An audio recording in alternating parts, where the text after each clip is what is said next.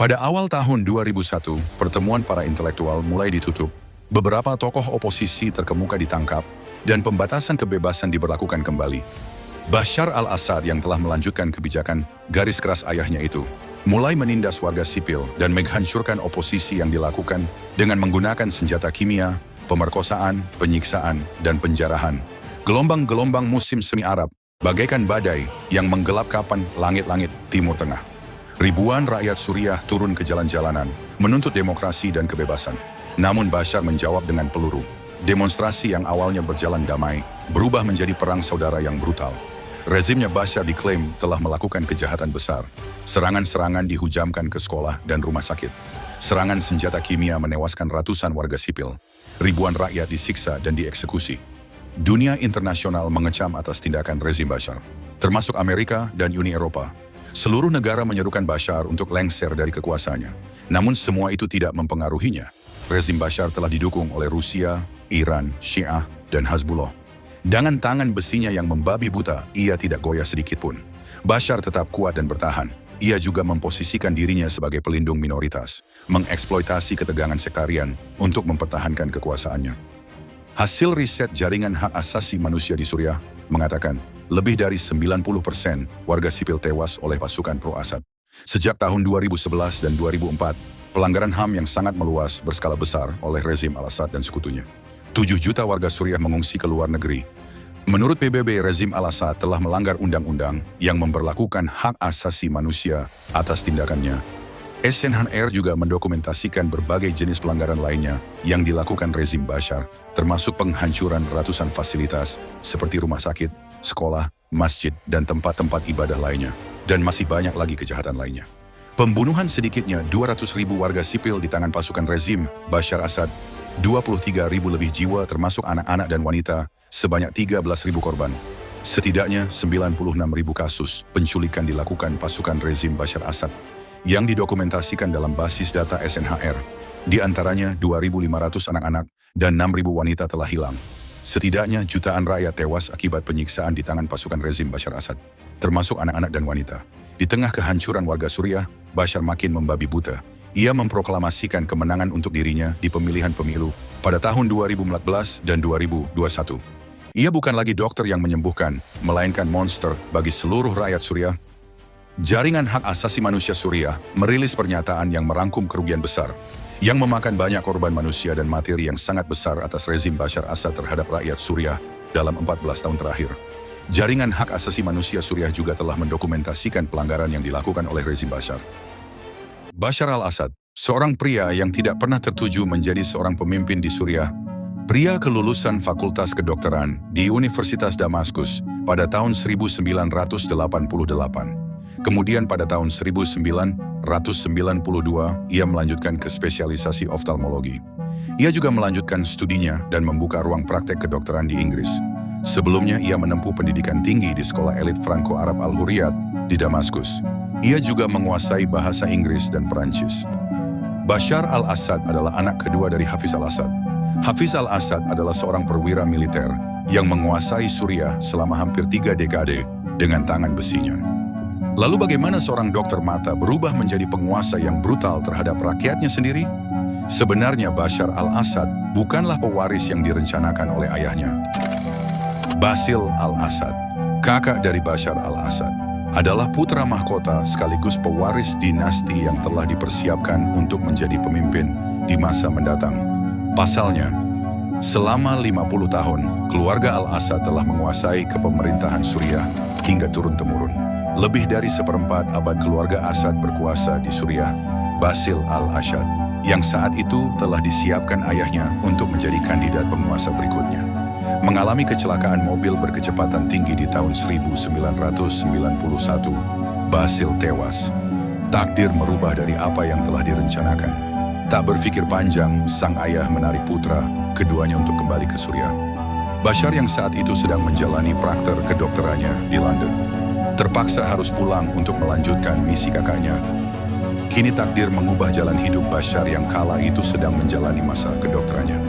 Akan tetapi ini, atas desakan ayahnya, Bashar pun pulang dan melupakan semua mimpinya. Takdir telah mengubah drastis jalan hidup Bashar al-Assad dengan cepat. namun ini adalah tuntutan sekaligus warisan keluarga.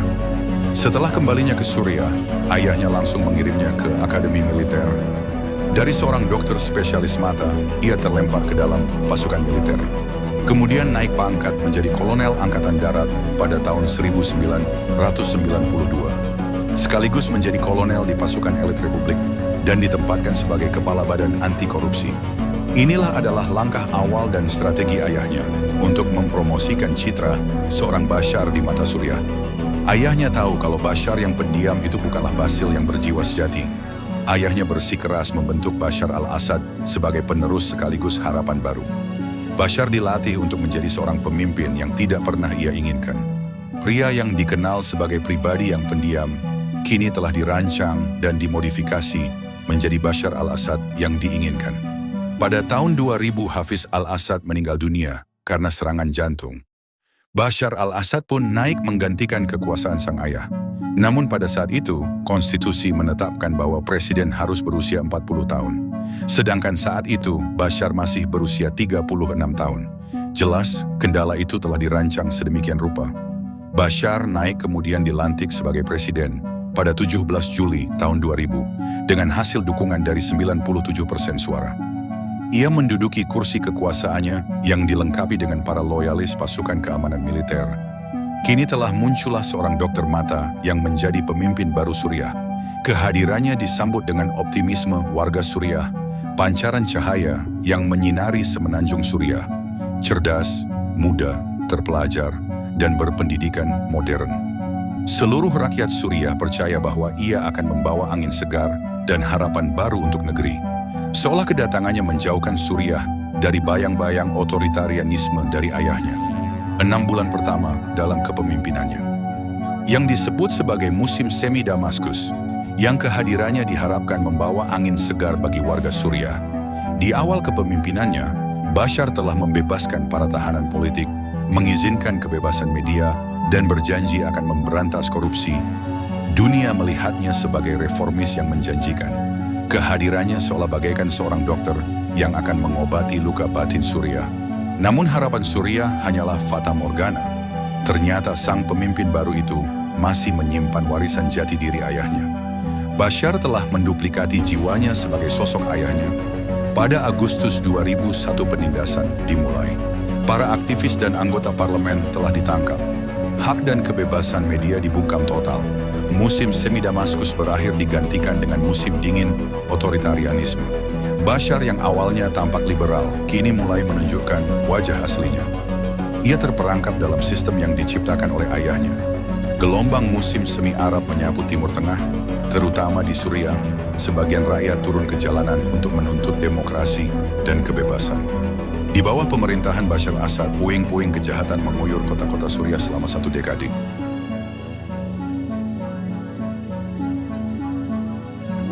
2024, dimulainya keruntuhan kekuasaan rezim Assad.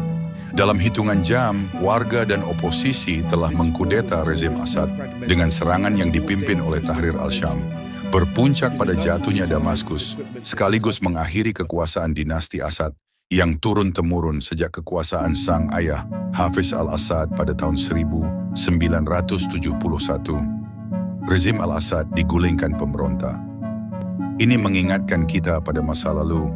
Kini karma menimpa keluarga Bashar Assad. Dahulu keluarga Assad menguasai Suriah dengan merebut kudeta internal Partai Ba'ath. Pasukan oposisi dan rakyat telah menguasai ibu kota, kemudian melakukan serangan yang signifikan. Rakyat menggeruduk istana Bashar. Bashar al-Assad kalang kabut, ia menghilang dan melarikan diri. Media menyebut bahwa Bashar melarikan diri ke Rusia. Kerusuhan besar terjadi ketika istana rezim Bashar digeruduk dan dijarah oleh warga. Sebagian warga ada yang menuju ke penjara Sednaya untuk mencari anggota keluarga mereka yang hilang atas penculikan terhadap rezim Assad. Para warga membongkar sel-sel penjara, para tahanan sipil dibebaskan, termasuk tahanan politik lainnya. Para tahanan yang puluhan tahun dipenjara dan disiksa, sebagian telah dieksekusi dan diperlakukan tidak manusiawi oleh rezim Assad. Warga menyerbu istana Assad yang penuh kemewahan yang menjadi kontras dengan kemiskinan rakyat Suriah. Kami hidup seperti binatang, sementara Assad hidup seperti raja, kata seorang warga. Saat kekuasaan di tangan keluarga Assad, Suriah menghadapi masa depan yang tidak jelas, penuh ketakutan dan penindasan. Namun ini adalah kebahagiaan bagi rakyat Suriah. Pasalnya, jatuhnya Bashar adalah akhir dari era kegelapan langit Suriah. Bashar al-Assad runtuh, meninggalkan warisan dalam puing-puing kehancuran. Rakyat yang trauma, tentu ini menjadi krisis kemanusiaan terburuk dalam sejarah. Bashar al-Assad datang sebagai seorang dokter spesialis yang menjanjikan penyembuhan Suriah, kini berakhir sebagai tiran yang membawa kehancuran di negerinya sendiri.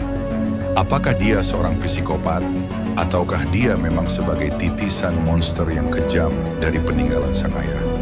Lengsernya Bashar al-Assad dari kekuasaannya sebagai presiden Suriah praktis mengakhiri kepimpinan dinasti Assad yang sejak lama memerintah negara tersebut selama 5 dekade.